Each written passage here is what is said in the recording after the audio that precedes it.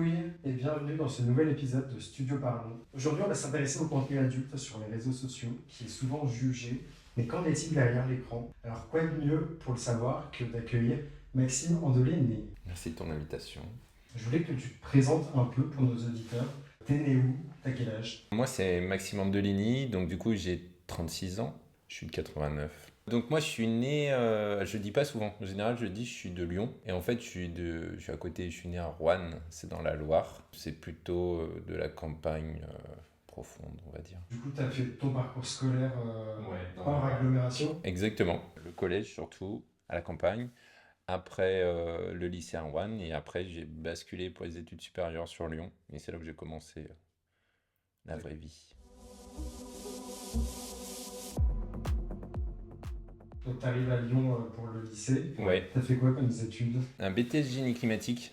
Parce que vraiment, moi, mon parcours scolaire, il était vraiment chaotique. Je viens d'un milieu rural, je suis plutôt modeste, dyslexique, enfin, gay, j'avais rien pour moi, quoi. La scolarité, c'était l'enfer. J'ai réussi quand même à aller en BTS, à décrocher mon BTS, et après à rentrer dans le bâtiment. Et voilà, après, j'ai fini en cabinet d'archi, où là, c'était cool, vraiment une super expérience. Alors, à quel moment tu t'es dit je vais me lancer dans la création de contenu adulte? Bah, c'est venu d'un truc tout bête. Avec Guillaume, donc mon compagnon, ça fait 10 ans qu'on est ensemble. J'ai jamais eu de relation parce que je pensais que ça n'existait pas pour les gays en fait. Moi, j'avais Grindr et tout, je me faisais mes petits kiffs comme ça. Et puis, je rencontre Guillaume, j'ai 27 ans. Après, ça match. Hop, on fait un truc, on s'entend très bien, tout ça.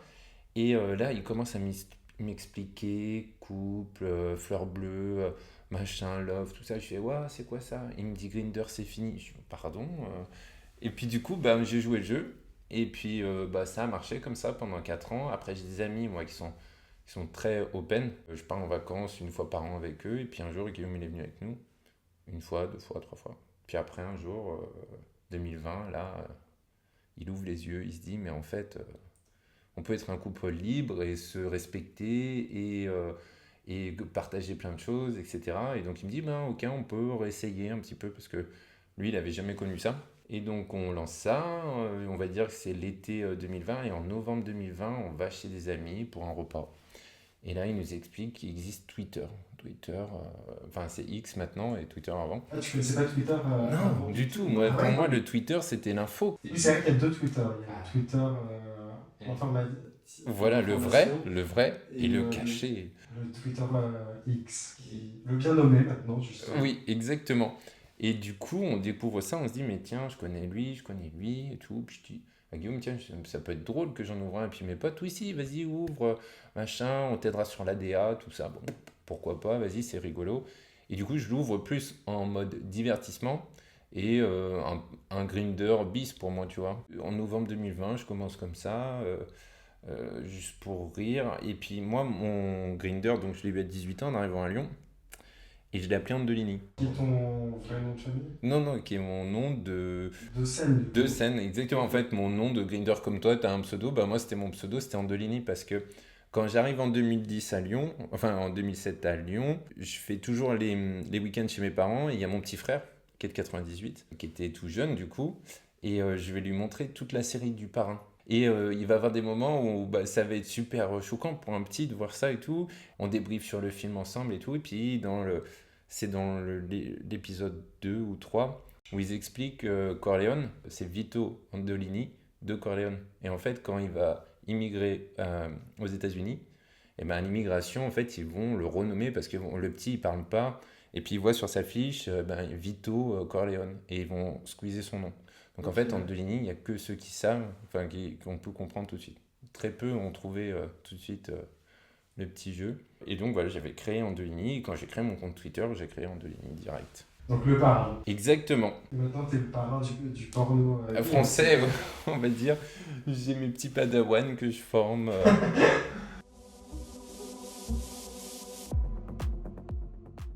Tu me dis que tu as démarré d'abord sur X. Comment tu décides après de te lancer sur OnlyFans ou Mime et sur des plateformes, du coup, tu fais un contenu payant? Ça, je commence pour rigoler. Et en fait, Twitter, ça marchait que par collab en gros. Les comptes qui font de la création de contenu se rencontrent entre eux, font un contenu en collaboration et on partage le contenu et chacun va le vendre de son côté. Et en fait, il y a une problématique qui se pose, c'est le droit à l'image et le droit d'auteur. Tu peux être soit client et tu rentres juste à carte bleue, soit tu es créateur de contenu et là, tu as tout un process de vérification avec ta carte d'identité, ton visage qui est scanné, etc. Donc là, pour montrer que tu as mis 18 ans, et là, tu peux te permettre d'être payé, enfin de mettre des abonnements. Et donc, du coup, quand tu vas rencontrer d'autres créateurs qui font de la création de contenu sur OnlyFans, ils vont te dire, moi, j'ai besoin que tu aies un compte OnlyFans pour pouvoir te taguer. Parce que sinon, c'est un formalisme un peu plus compliqué, il faut faire scanner, il faut la pièce d'identité, il faut qu'ils envoient tout OnlyFans, il faut que ça soit validé. C'est pour montrer le consentement. En fait, le but enfin, on peut pas mettre une vidéo si l'autre personne, elle est pas OK avec ça. Du coup, je rencontre des gens qui me disent, mais écoute, Max, ce qu'on a fait, moi, je vais le commercialiser. J'ai une plateforme, machin. Toi, si tu veux faire, enfin, fais-le au moins pour que je puisse t'identifier. T'es pas obligé de créer du contenu, etc. Donc, je le crée pour rendre service à ce pote-là. Et puis, de fil en aiguille, les gens vont s'abonner. Mais moi, j'ai pas de contenu dessus. Donc, du coup, tu chattes et tout. Tu te sens un peu redevable. Tu dis, ben, les gens vont me payer 10 dollars, je vais mettre un peu de contenu. Puis tu commences à en mettre un peu. Puis tu rencontres d'autres gens qu'on ont. Et puis après, tu arrives, tu as 60 000 abonnés sur Twitter, tu es démarché par des labels. Et donc là, tu y vas. Bon, le responsable m'a vraiment expliqué une grosse démarche d'éducation en fait sur ce qu'il faut faire, ce qu'il ne faut pas faire légalement, ce qu'on a le droit, etc. Et donc là, tu comprends que c'est un job, en fait, à part entière, puis tu commences à essayer d'être nickel sur ces aspects-là. Puis du coup, tu fais un contenu un peu plus quali, et puis du coup, tu rencontres d'autres personnes qui font la même chose. Et puis après, ben, tu grossis, puis après, ben, tes revenus suivent, donc tu continues. Et en fait, au bout d'un moment, ce que je dis à chaque fois, c'est que en bureau d'études, t'es payé 2 000 € par mois. Et le jour où tu gagnes ben, 4 000, c'est-à-dire 2 fois plus, parce que en fait, tout ce que tu gagnes, tu en redonnes la moitié. Et donc, voilà, exactement, nos amis. Une fois que tu arrives à ce montant-là, tu dis, ah, là, il faut que je me pose des questions. Et au bout d'un moment, bah, j'ai dû faire le choix soit d'une vie XXL, soit d'une vie classique. Bon, la vie classique, j'en avais fait déjà 10 ans. Je me suis dit, bon, on m'a dit que c'était entre 5 et 10 ans la durée de vie d'un créateur de contenu. Allez, on lance, on essaye. Après, faut être vachement serein parce que, en gros, tu connais absolument, tu n'as aucune visibilité sur ton prévisionnel. Tu sais pas un mois combien tu vas faire, le mois suivant pareil. Est-ce que les gens ils s'abonnent, ils se désabonnent? Ouais. Alors surtout pour mon profil à moi, parce que moi je vais avoir une cible 25-35 ans. Tu as tes stats en fait, comme sur Insta, tout ça, tu vois d'où ils viennent, s'ils viennent de France, d'Amérique, tu as beaucoup d'Américains, d'Anglais, d'Allemands et un peu de Français. Et du coup, tu vois que c'est 25-35 ans sur ma tranche d'âge, en gros moi. Et les gars, enfin, ils vont s'abonner souvent un mois. J'ai pas beaucoup de fidélisation. Et donc, ils vont poncer mon catalogue de 150 vidéos complètes, machin, et ils vont partir. Et dans 3 6 mois ou 15 jours, ils vont revenir pour un autre mois, et c'est comme ça que ça se passe. Parce que si tu es un twin, par exemple, eh ben, tu vas plus avoir un 40, 55 ans, 60 ans, qui, pour 10 dollars, ne va pas s'embêter à enlever son renouvellement. Il va laisser tourner. Le jour où il voudra te voir, il viendra voir ton contenu. Mais voilà, tandis que moi, c'est pas la même cible. Moi, aujourd'hui, tant que mon contenu plaît, je resterai. Le jour où je plairai plus parce qu'un jour ça arrivera, eh ben, je saurai me retirer voilà, et faire autre chose. T'as vu que sur Twitter, maintenant, ils nous avaient demandé, parce que je suis aussi sur Twitter, mais moi c'est pour regarder, ils ont obligé maintenant de faire la vérification de l'âge. Toi, est-ce que tu as perdu des abonnés justement à cause de cette vérification de l'âge? Si je ne me trompe pas, c'est une directive européenne qui a été appliquée. Enfin, Oui. il y a une loi en France qui est passée fin juin. Et donc Twitter s'est mis sur le sujet, mais uniquement en France. Donc il n'y a que les créateurs français qui ont été pénalisés sur ce sujet-là. Ok. Donc nous, du jour au lendemain, je crois fin juillet, 25 juillet, euh, plus de, plus de porno. Pour quelqu'un comme moi qui aime bien calculer, qui aime bien savoir, c'était un petit peu compliqué à gérer. Mais dans mon malheur, je me suis rattaché à l'Instagram que j'avais lancé en quittant mon job en 2023 et qui est sur une bonne lancée. Donc je me suis concentré là-dessus parce que vraiment, pour moi, Instagram, c'est le crédit social. et Twitter, c'est ma vitrine, c'est ma conversion financière. Et là, on venait de m'enlever ma vitrine, ma conversion financière en un clic, il y avait plus rien. Donc là, il n'y avait plus d'abonnés. Donc clairement, j'avais que ceux qui seraient abonnés. Et donc là, tu transpires un peu, ça a duré 10 jours. J'ai été vachement zen sur le sujet. J'ai essayé de me dire, de toute façon, une fois que je me suis lancé, que j'ai dit j'arrête d'aller travailler, je me lance sur OnlyFans, enfin sur de la création de contenu, je suis toujours parti dans l'optique que demain, je peux être banni de Twitter. Et qu'est-ce qui fait que t'es banni? Parce que, par exemple, nous, on doit pas mettre d'hashtag. En fait, il faut, en gros, Twitter est OK pour qu'il y ait du X, mais pas pour qu'il soit derrière Faut pas que ça soit en trending topic. Voilà, il faut pas que ça soit dans du caché. contenu. Bien sûr, il faut qu'on reste enfin, qu'on soit caché par rapport au reste du monde. Je veux dire, après, vu qu'ils sont quand même payés par des annonceurs, etc., et c'est pas tous les annonceurs qui ont envie d'être en parallèle avec un contenu, enfin mon contenu. Comme tout ce qui est sur le X, c'est toujours ambigu. Donc du coup, on est sur le fil et on peut sauter sans savoir, comme sur Instagram, du jour au lendemain. Et en fait, demain tu sautes, c'est ton business qui s'effondre. Soit tu es solide et tu attends et tu recommences, donc c'est du travail, mais bon, ça tout le monde s'en moque. Parce que les gens ils veulent consommer, ils veulent pas savoir par quoi t'es passé, ils sont pas là pour ça. Et soit tu repars au travail. Mais du coup, c'est précaire, mais après, bon, il faut le prendre, il faut le relativiser, et puis on connaît les risques dès le démarrage, quoi.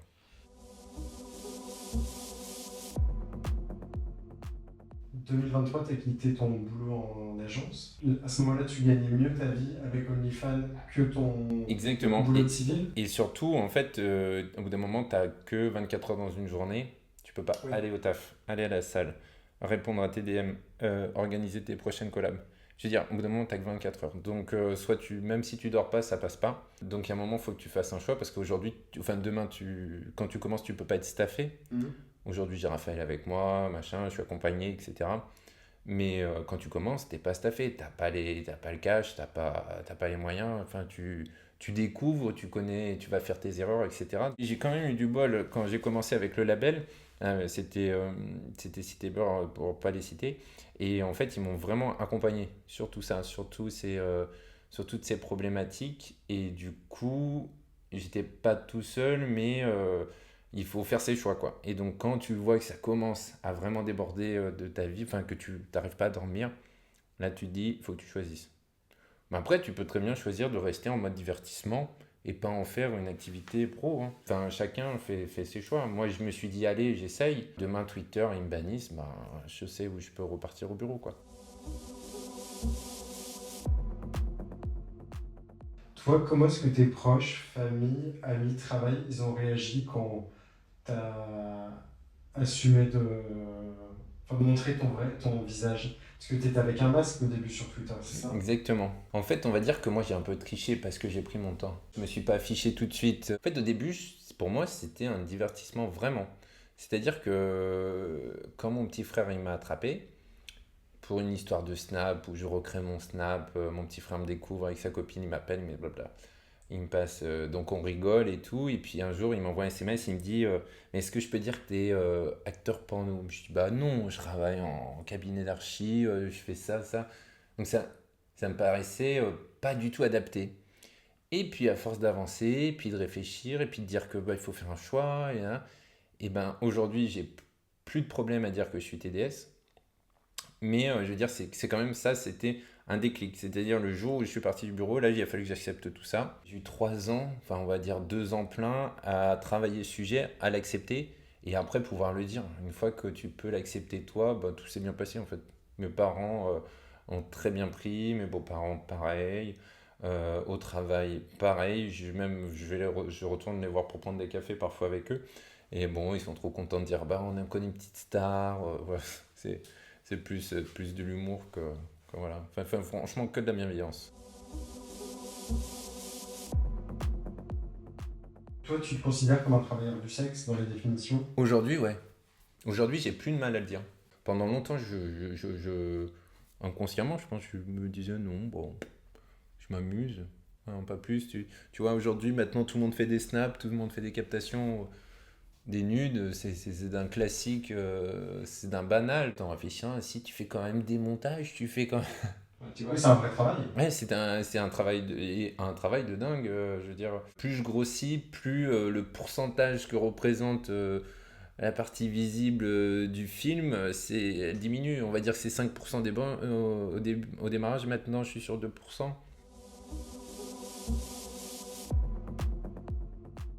Tu me dis, tu travailles limite H24 sur les réseaux. Donc, comment tu t'octroies des moments off? Comment tu déconnectes? Ça serait peut-être mon défaut, mais c'est comme ça.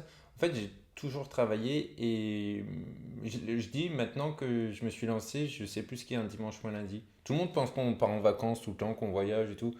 Moi, mon niveau d'anglais est tellement minable que si je pouvais pas voyager, je le ferais pas. Mais on n'a pas le choix en fait. Je suis obligé de bouger tout le temps pour aller chercher des collabs, pour aller chercher, enfin, pour faire marcher Il faut le alimenter la Twitter. machine en fait. Exactement. On est quand même un peu esclave de ça. Après, c'est un choix. Je veux dire, moi, je m'en plains pas. Je l'ai fait. Je j'ai pas l'impression de, de, de, de, de me soumettre à quelque chose. Voilà. Pour le moment, ça me plaît. Tant que ça me plaît, je continue et voilà.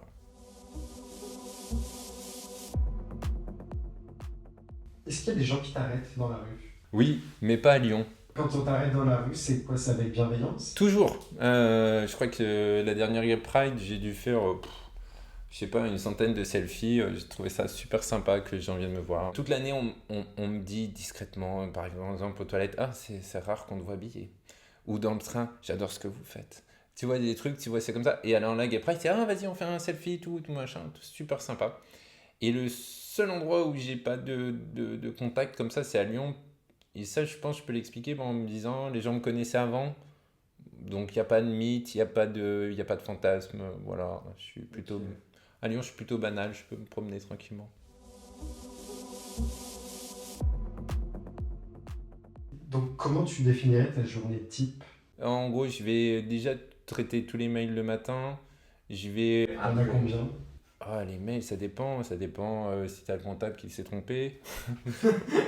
Ça dépend. Ah oui, donc t'as un comptable, mais carrément. Ouais, maintenant, t'as société, t'as expert comptable, fiscaliste, avocat. Tout le monde, tous ceux qui viennent se servir, tu sais, il n'y a pas que l'État. Oui. Donc, tu as toute la partie administrative. Après, tu vas devoir faire de la partie créative pour ton contenu. Tu dois faire de l'édition, tu as de la programmation. Tu as tout un temps de création et d'édition qui va être dédié à Instagram, aux réseaux sociaux. Tu vas l'avoir aussi pour Twitter pour faire de la promotion. Tu vas l'avoir aussi pour le montage pour le OnlyFans, toutes tes plateformes, ton site internet. Et après, tu as tout ça. Donc maintenant, je suis staffé sur Instagram. Donc j'ai Raphaël qui m'accompagne. Donc du coup, ça m'aide. Tu vois, à venir ici, à faire toutes ces prises de contact que j'ai pas forcément. Pour Twitter, il va falloir que je fasse aussi tout le taf de trouver des collabs. Quand je vais partir, en gros, on bloque des voyages assez régulièrement. Et après, je vais chercher dans les points où je vais des collaborations. Justement, comment tu gères ces collabs? C'est quoi? C'est tes DM sont ouverts et c'est toi qui réponds? Alors, ils sont ouverts que pour les créateurs, pour les certifiés sur Twitter. On communique entre nous. Après, on se trouve sur Insta aussi. Voilà. Puis après, on discute. Après, il faut trouver un horaire, un lieu. Et donc, toi, à chaque fois, t'es l'actif. Ouais. Tu veux essayer? Sur non exclusif. Ah oui, Non, en exclusif, pardon. Voilà. Je me trompe toujours.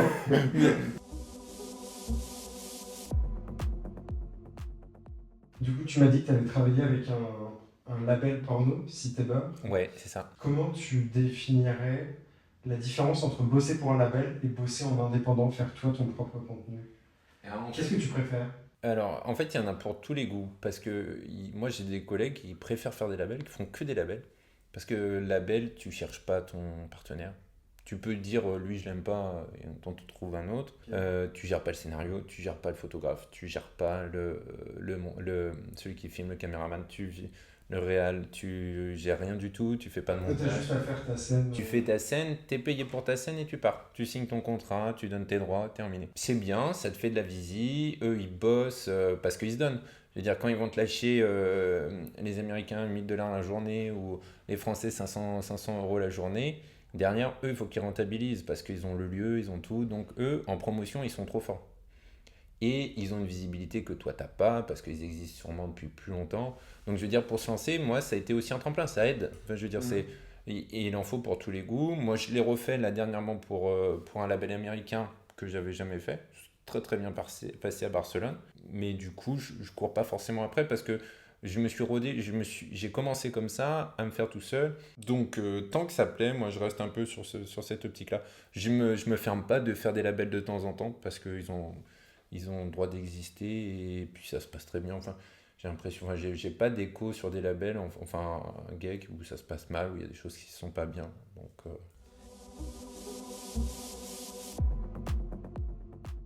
On a vu quelques cas de stars du X qui ont disparu, genre soit à cause du chemsex ou soit des problèmes de santé mentale. t'es pas à l'abri de ça. Et justement, toi, dans tes partenaires, est-ce qu'il y en a beaucoup qui consomment? Alors, dans notre communauté, beaucoup de personnes consomment, des proches à moi aussi.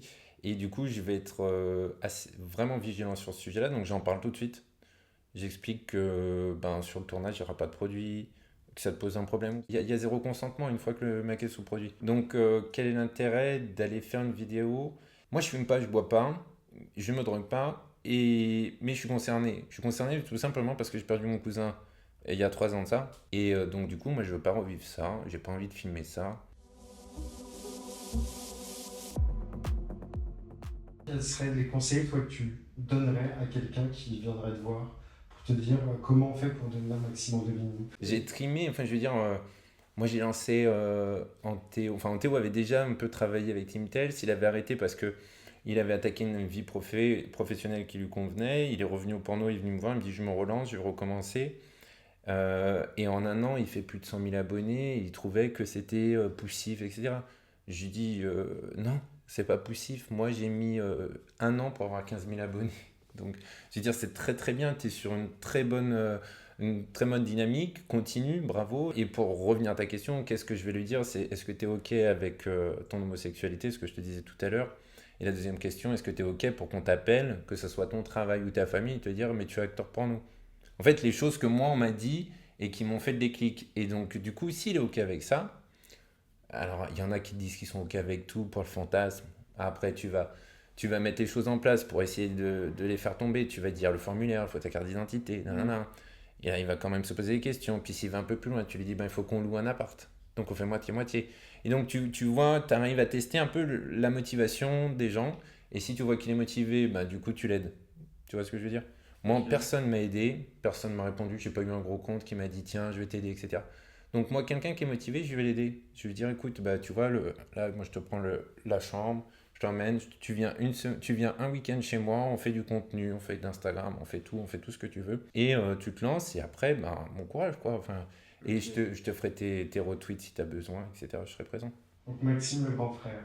Il y a beaucoup de fantasmes autour de ça. Il faut quand même se dire qu'une fois que tu as fait ça, une fois que c'est sur la toile, c'est sur la toile. C'est inarrêtable. Je veux dire, j'ai pas besoin, moi, je veux pas lancer les gens pour les flatter. Et puis demain, tu parlais de santé mentale, que eux, ils soient pas capables de gérer et que ça soit un boulet à vie. J'ai pas envie de ça. Moi, je peux être ton grand frère, mais si tu veux, enfin, si tu sais et si tu es assez lucide sur ces sujets-là. Donc, quelqu'un de mature, il peut se lancer, mais il faut qu'il soit conscient de tout ça. Quelqu'un qui a 18 ans, tu lui dirais c'est trop jeune ou... Je le déconseillerais. Je ferais tout pour le démotiver. Hmm. Je lui montrerai tous les aspects négatifs. Et une fois que je sens qu'il y a vraiment enfin, que pour moi je suis convaincu qu'il va y aller et que ça peut lui plaire. Et puis moi j'ai rencontré les parents de potes que j'ai lancés. Enfin, tu vois, je n'ai pas peur. Maintenant, je suis en capacité de dire ben oui, je suis acteur porno. Et je veux dire, il y a 2 ans, j'allais pas dire à qui que ce soit, ouais, je suis acteur porno. Enfin, c'était lunaire. Donc du coup, et puis tu prends la température et tu vois. Et après, il y a plein de choses. Et après, tu peux lui expliquer les belles choses. Faire ton business, vivre de ton boulot, vivre de ton corps. Bon, après, ça se travaille, hein, effectivement. Faut que tu ailles à la salle un peu souvent, mais c'est quand même beau. Tu m'as dit que tu es en couple, Mhm. donc tu es paxé, c'est ça? Pas que c'est exactement. Et c'est Guillaume qui filme. Alors, qui filme quand il est disposé, Ouais. disponible. De moins en moins, c'est moi qui filme, parce que c'est quand même super contraignant. Mais pendant longtemps, c'est moi qui ai filmé tout seul. Si t'es deux, tu peux t'en sortir. Trois, ça passe aussi parce qu'on se fait passer la caméra. Après, plus, c'est impossible. Quand t'es que deux, tu rates quand même beaucoup de points de vue qui sont super intéressants. Je maximise au mieux de me faire filmer, soit par Guillaume, soit par d'autres personnes, mais en général, c'est Guillaume, oui. Comment Guillaume il l'a pris? C'est vous qui avez décidé ensemble que tu ouvres ton Twitter? Ou c'est toi qui lui as dit je veux le faire et il a dit ok? Oh, je lui ai soumis l'idée, je dis ah ouais tiens je devrais faire ça et tout, il m'a dit bah écoute vas-y lance-toi. En fait et lui comment il est passé à la caméra c'est vraiment en voyage, c'est qu'en voyage du coup il est avec toi. Moi je suis une courge en anglais, c'est lui qui check le gars qu'est-ce que t'aimes pas, comment tu vois les choses. Donc forcément, tu as envie de lui donner la caméra. Donc ça s'est fait un peu naturellement. Et après, il a pris les bonnes habitudes, qu'est-ce qu'il faut filmer, comment il faut filmer, pas trop bouger, prendre des points de vue intéressants. Et puis en général, ils s'entendent toujours très très bien avec les modèles. Et donc du coup, c'est cool. Il y a toujours une bonne alchimie, on va souvent. Après, en général, j'ai invité les gens à déjeuner ou à dîner, on va manger ensemble et tout, c'est cool. Du coup, il n'y a pas de jalousie dans votre couple par rapport à ça? Et je crois que lui, il appelle ça de la sous-traitance. J'aime beaucoup. Comme ça, il n'y a pas à tout gérer. Exactement. Pour lui, c'est son petit mode de sous-traitance parce que sur le papier, on n'a quand même pas grand-chose en commun niveau sexuel. On va dire qu'on se rejoint, mais on diverge très vite sur, tu vois, le soft, le hard. Ok, donc comme ça, lui, il n'a pas besoin de faire ce que toi tu veux. Ah, exactement. Oh, c'est vrai, Ouais, ouais. En travaillant dans le contenu pour adultes, est-ce que ça t'arrive souvent d'avoir des IST? Alors, quand j'ai commencé la prep, j'en avais eu, ouais. On va dire que depuis 2022, les labos nous mentent parce que j'en ai plus beaucoup, donc je suis très content. J'ai l'impression que vraiment, soit c'est de travailler beaucoup avec des tweeters, et du coup, vu que notre corps c'est notre outil de travail, tout le monde est ultra suivi. Tous les 3 mois? Ouais, même tu peux, nous on a des ordonnances pour y aller tous les mois. Ok. Ouais, travailleurs du sexe, je veux dire, c'est ton job quoi. Donc, du coup, tu te fais suivre, tu fais attention à tout. Moi, avec le sport, je suis obligé de faire attention, prep plus prot. Par exemple, là, j'ai dû arrêter les prods pendant l'été. Tu peux pas faire ce que tu veux, donc tu es obligé d'être vraiment suivi, quoi. Et alors, moi, je voulais savoir, avec ton compagnon Guillaume, parce que moi, il y a un truc qui me fout une crise d'angoisse, c'est tout le monde autour de moi commence à avoir des enfants. Tu te verrais être papa, toi? Bah, en fait, je m'étais jamais posé la question de pas l'être. Ah ouais? Ouais, ouais. Pour moi, la famille, c'est super important. Bah, je t'ai dit, je viens d'un milieu assez rural, assez modeste, et pour toute mon enfance, j'ai toujours fait en famille. Tu vois, mon cousin que j'ai perdu, c'était le premier de 16 petits-enfants et c'était un peu notre pilote, tu vois. Et donc, moi, je me suis jamais posé la question de ne pas avoir d'enfant. Et en fait, ce qui m'a libéré de ça, c'est mon petit frère qui a eu deux petites filles. Et je suis tata. Quand je vois le taf que c'est, en fait, ouais, du coup, je me dis, ma vie, elle est quand même cool. Et je vais garder le mode tata, enfin, tonton. Bah, je vais les faire voyager, je vais leur faire tout ce que j'ai pas eu. Et je vais me battre pour que ben elles aient une belle vie quoi. Ah, mais t'es trop mignon.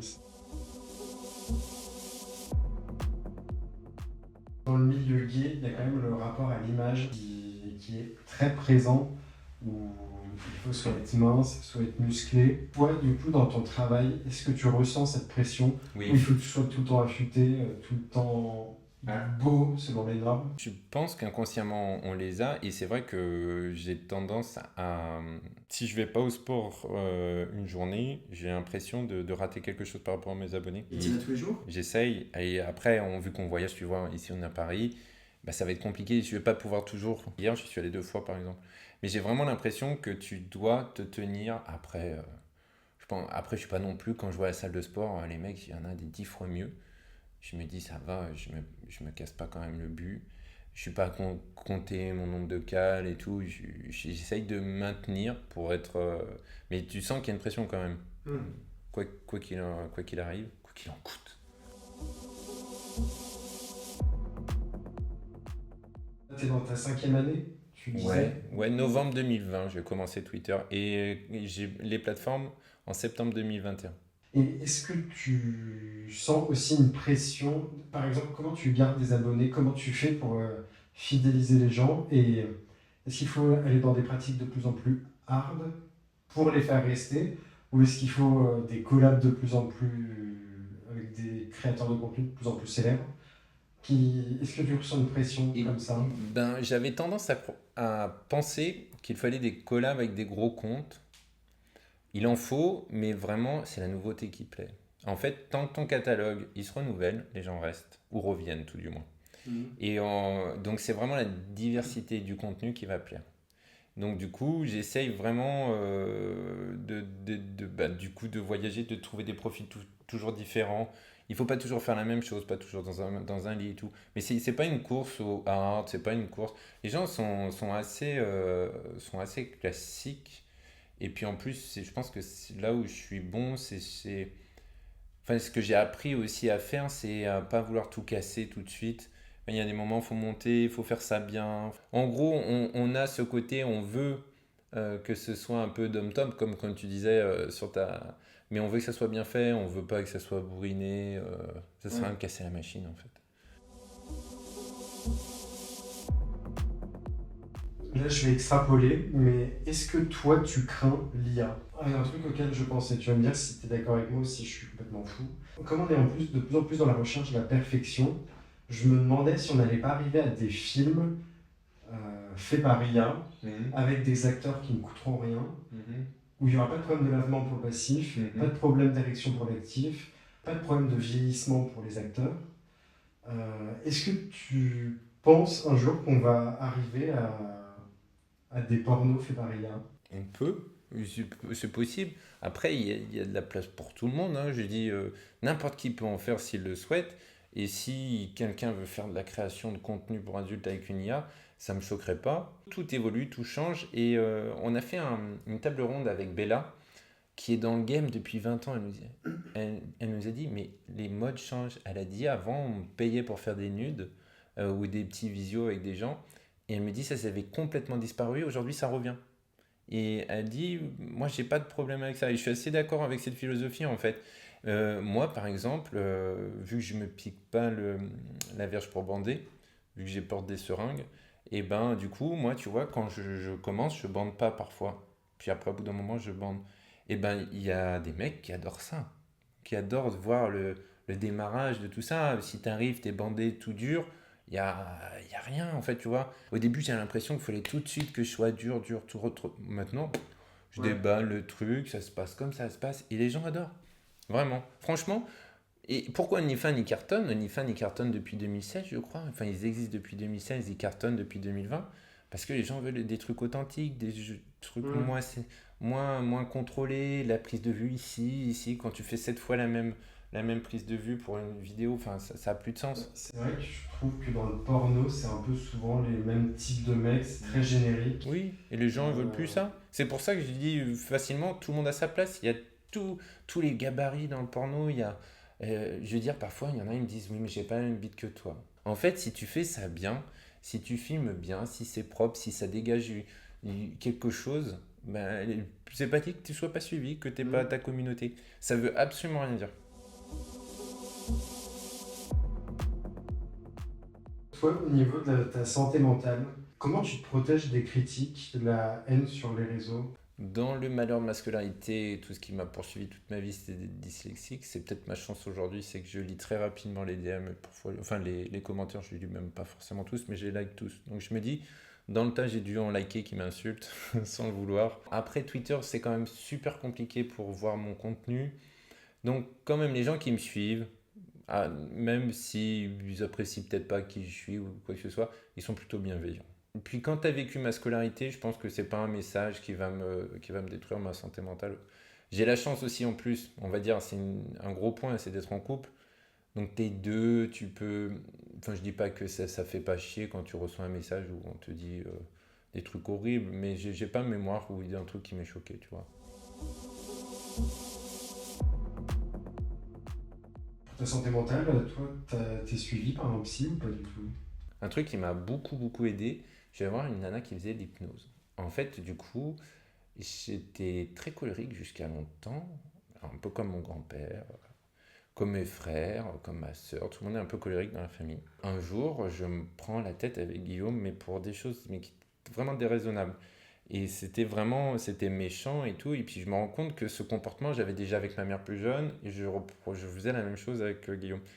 Et j'en parle à un ami qui a un restaurant sur Lyon. Il me dit, écoute, j'ai une nana, elle est top. Elle fait de l'hypnose, t'as 3 séances, t'as 6 mois d'attente. Et tu verras, ça va être top. Et j'ai fait mes 3 séances. Donc, tu avais 1 heure de discussion avec elle, 1 heure d'hypnose, où elle travaillait les sujets qu'elle sentait sensibles. Et elle te fait 3 séances et elle m'a libéré d'un poids.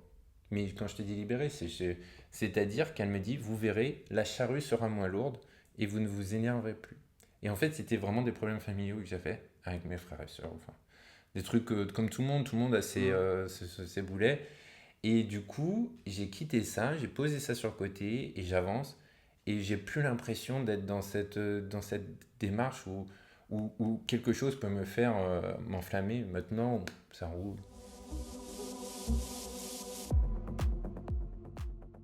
Tu dois continuer combien de temps? Le plus longtemps possible. Mais comme je te dis, j'ai aucune visibilité sur prévisionnel. Je peux pas te sortir un prévisionnel, je peux pas te sortir rien du tout. Je peux juste te dire qu'aujourd'hui, je gagne plus que si je suis au bureau. Tant que c'est comme ça, tant que je peux payer mes charges, tant qu'on peut s'en sortir, eh ben on reste comme ça. Tant, ça nous fait voyager, ça nous fait découvrir de nouvelles choses. Est-ce que tu te verrais devenir influenceur ou comédien ou Alors, coach sportif ou... non, coach sportif, j'en suis loin. Je paye des coachs sportifs pour m'aider. Mais influenceur non plus parce que j'ai pas l'impression d'avoir. En fait, plutôt j'apporte du divertissement, mais je veux pas influencer les gens. Les gens, chacun fait ce qu'il veut, vit sa vie comme il peut. Moi, je fais ce que je peux avec mes moyens et je jetterai jamais la pierre à qui que ce soit sur leur choix. Chacun fait ses choix. J'ai participé, il y a comment c'est HBO Max qui m'a demandé de faire un comment on dit figurant dans une série qui va sortir. Donc j'ai hâte de voir ça. Le pilote doit sortir bientôt. Et c'est Paolo Paris. Ok. Et donc du coup, j'ai tourné avec Jérôme Niel. Avec Jérôme Niel, qui était l'acteur principal. Et donc je devais lui montrer moi à poil dans le sauna. Et c'était une expérience qui était un peu Parce bizarre. qu'il y avait toute une équipe. Et exact. Et qui n'était pas gay. Et là, tout de suite, ça change tout. Et en fait, j'ai eu une expérience un peu bizarre parce que du coup, je suis contacté, ça se fait. C'est assez bizarre vu que eux, ils ont un planning super établi, mais vu qu'ils savent pas s'ils vont prendre du retard, en gros, toi, tu es contacté la semaine d'avant. Mm. Et la semaine d'avant, ils actualisent, ils contractualisent et tout. Mais tu dis, mais moi, il faut que je vienne de Lyon et tout. C'est pas leur problème en fait. Si tu veux venir, tu viens. Si tu veux pas, on trouvera quelqu'un. Donc je fais ça. Je tombe sur un réalisateur, une bande adorable, qu'une équipe de jeunes, super, tout le monde super sympa. Et première scène, c'est dans le sauna, je dois me mettre devant Jérôme Niel et lui montrer, voilà. Et je tombe sur la coordonnatrice d'intimité. Et là, c'est à ce moment-là que j'ai compris que les gens n'étaient pas gays. Elle me dit, bon, on fait des répétitions, tu quittes pas ta serviette parce que ils sont pas obligés de tout voir. Et là, je me suis dit, merde. Et c'est là où j'ai compris que les gens n'étaient pas gays et que j'allais pas faire le malin en fait. Mm. Et là, j'étais comme ça, tout petit. Et je me suis dit, mais merde, je vais vendre quoi là? Et du coup, je vois le réel, je dis, du coup, c'est pas très très gros. Il me dit, c'est parfait. Il me dit, si c'est trop gros, ça passe pas à la caméra. C'est coupé. Donc il me dit, c'est parfait. Bon, on verra ce que ça va donner. Mais c'était une super expérience. Les gens, tout le monde super sympa. Mais alors, ils font des journées de dingue. Tu te demandes comment ils font. Ils font 3 mois non-stop, ils bossent tout le temps, tous ensemble. Je sais pas comment ils font pour pas s'entretuer. Alors maintenant, ça va être question-réponse. Qu'est-ce que je peux te souhaiter pour l'année 2026? Oh, beaucoup de collabs. Parce qu'en fait, oui, quand tu voyages, tu sais jamais si tu vas les faire ou pas. Parfois, t'en bloques 15, t'en fais que 5. Et donc, j'aimerais que quand je voyage, je puisse faire les collabs que je souhaite. Quel est l'emoji pour décrire ton année 2025? Un trou. Je Il vois marche? très bien. Tu l'utilises? Voilà, j'aime bien. Est-ce que tu connais ton body count? Non, je pourrais essayer de compter combien j'en ai fait aujourd'hui. Ah non, ça marche pas. Ouais, je fais autres. C'est quoi ton shame use de l'intelligence artificielle? Quand tu fais de la création de contenu, il faut être multicam. Nanana. Et Instagram, ça me met une pression de dingue pour zéro conversion financière. Ah Et ouais? donc, ah ouais, Mais t'as pas des partenariats, genre. si, bah, là, il y a Raphaël qui bosse sur ces sujets-là, mais je veux dire, aujourd'hui, c'est pas un truc qui tourne et qui me fait de l'argent. C'est de la Toi, c'est vie. vraiment la création de contenu Ouais. adulte qui te Oui, rapporte. exactement. Aujourd'hui, tout le reste, c'est rien, c'est peanut par rapport. Et donc, du coup, quand tu as fait ton réel, quand tu as fait ton montage, quand tu arrives à la bio, et vu que, comme je t'ai dit, que j'étais un grand lettré, ben, je vais sur ChatGPT. Et là, je lui donne les infos, je lui dis, vas-y, fais-moi une bio, une captation pour ça. Et je la prends, je la poste, je programme mon truc, ça part à 7h30 le lendemain. Et je me réveille le matin et je vois plein de commentaires. T'as utilisé ChatGPT, t'as utilisé ChatGPT. Et en fait, j'avais oublié d'enlever tout le bas. Ah Est-ce, oui! est-ce que cette captation vous plaît? Je peux la faire plus fun? Nanana, nanana. J'ai fait wesh. Donc, heureusement, tu peux éditer et modifier, mais j'ai laissé le commentaire parce que les commentaires, j'ai liké, j'ai dit c'est corrigé parce que je trouvais ça drôle. Parce que sur Twitter, Ouais, parfois tu vois des vidéos où il y a marqué OnlyFans, ouais, mais du coup t'es pas sur le compte OnlyFans de la personne, donc ça veut dire qu'elle a été volée. exactement. Et donc toi, comment tu te prémunis de ça? Et ben ça, moi, c'est le service qui est attaché à mon site internet français, qui a une recherche de sites et qui va faire toutes les démarches pour les faire supprimer.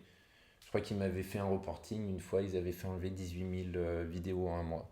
Parce qu'en fait, on ne se rend pas compte, mais il y en a une tonne de partout. Et donc, du coup, tu as aussi des sites qui font ça, donc ça, des sites payants.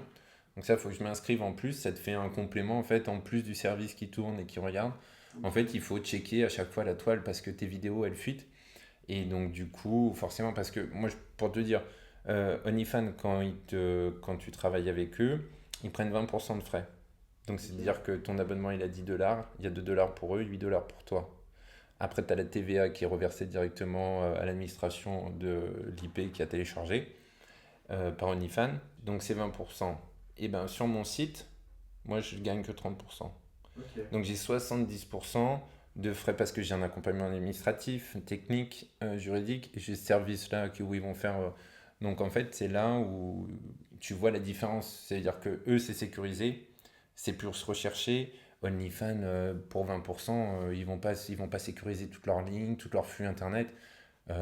Ils savent que de toute façon, si le mec il veut télécharger, il téléchargera. Et donc tes vidéos, parfois, elles finissent sur des sites pirates. Voilà. Donc les abonnés qui sont sympas m'envoient le lien. Et après, moi, je l'envoie au service qui les fait retirer. Ok. Et donc, je leur offre des mois gratuits. Ben, c'est super sympa. Les mecs te disent, quand tu te casses le but à faire des vidéos et tout, que tu te fais tout piller par un mec qui va être un russe ou je sais pas quoi, ça va être dans une mafia, machin, tu dis, ben tiens. Et alors toi, ton pire ennemi, c'est qui? C'est URSAF ou Chlamydia? En ce moment, Ouais. je t'ai dit que les labos nous mentent, mais eux, ils ne savent tellement jamais. C'est l'angoisse. Je connais aussi. Freelance ou? Est-ce que tu trouves ça dur d'être créateur de contenu adulte tout en étant en couple? Dans ma configuration, non, parce que on communique énormément, on s'apporte beaucoup, et du coup, ça nous permet de passer tellement de choses facilement qui pourraient, pour quelqu'un qui serait tout seul, tellement déroutant. Guillaume, il dit souvent, c'est notre petit fil d'Ariane, en fait, on va faire nos bêtises, et puis quand tu sens que ben, t'es pas au bon endroit, tu tires et puis tu reviens vite au nid, tu vois ce que je veux dire? Est-ce que c'est toi le fameux Dom Top 23? Eh ben, il faut tester, hein. On croit que ce qu'on voit normalement, hein, si on est bien d'accord. Combien est-ce que tu gagnes avec OnlyFans? Ça bouge énormément. Et c'est-à-dire que d'un mois à l'autre, je sais pas. Mais tout ce que je sais, c'est que tant que je ferai le double de ce que je fais au boulot, je retournerai pas au bureau. Donc tant que tu me vois sur un peu à droite à gauche, c'est que je fais au moins plus de 4 000 euros. On touche à la fin de l'interview, donc je voulais... T'avais dit on touche le fond. Je suis pas ta mère. Est-ce que tu as un mot pour ta communauté? Tu as envie de leur dire quelque chose? Ouais, mais ils vont me trouver relou, je pense. À chaque fois, je dis la même chose. Je leur dis faites attention à vous et pas de. Essayez de jamais toucher les produits. C'est vraiment le conseil que je donne parce que ça peut toucher tout le monde. Enfin, on a toujours l'impression que, ah non, mais moi jamais. Non, non, non, moi je touche pas à ça, je bois pas, je fume pas. Et je dis, mais en fait, t'es pas à l'abri d'être dans un mauvais mood, pas mal entouré, mais entouré de gens qui se sont fait avoir, et ben tu seras le suivant. Donc voilà. En fait, je pense que t'as meilleur compte de psychologiquement te dire, je le ferai jamais pour l'imprimer. Et le jour où t'es confronté et t'es dans le mal, mais il y a ce petite voix qui dit non, le fais pas. Et hop, ça peut te servir, ça peut servir certaines personnes. Donc, même si ça fait vieux cul, je dis faites gaffe à vous et touchez pas les produits, ça sert à rien. T'as des gens du monde entier qui te contactent en DM et qui Ah te ouais, disent ouais. Ah, mais tout I le monde. want my French meat. Alors, ça, pour le coup, que tu sois quand tu commences à 60, 100 000, là, tu as tous ceux qui passent à Paris, qui sont américains, qui vont être les Brésiliens, etc., qui checkent, je sais pas comment ils ont, et ils te disent, ben, je suis à Paris de telle date à telle date. Mais ils te disent pas, je suis à Lyon. Mais maintenant, on a réussi à se faire une petite communauté à Lyon. Les gens viennent en train jusqu'à Lyon. S'ils passent par moi, je m'occupe de tout. Je leur fais leur petit circuit. Et ils repartent avec 5 ou 6 vidéos. Et je peux te dire que les gens sont ravis. Non, non, on commence à être une petite force de frappe française sur Lyon. Mais Paris c'est idéal pour travailler.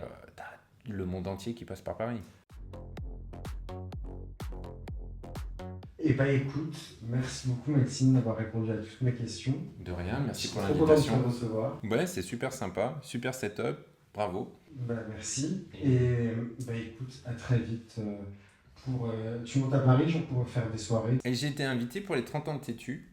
Ok, ouais. Voilà, c'était super cool, super expérience. Mais nous, on t'invite à Lyon aussi, hein, si un jour tu veux faire un cours de cuisine avec Guillaume chez nous. Bah, grave. Voilà. Merci beaucoup. Et merci à toi d'avoir écouté et regardé l'émission. Et à très vite pour un prochain épisode. À plus.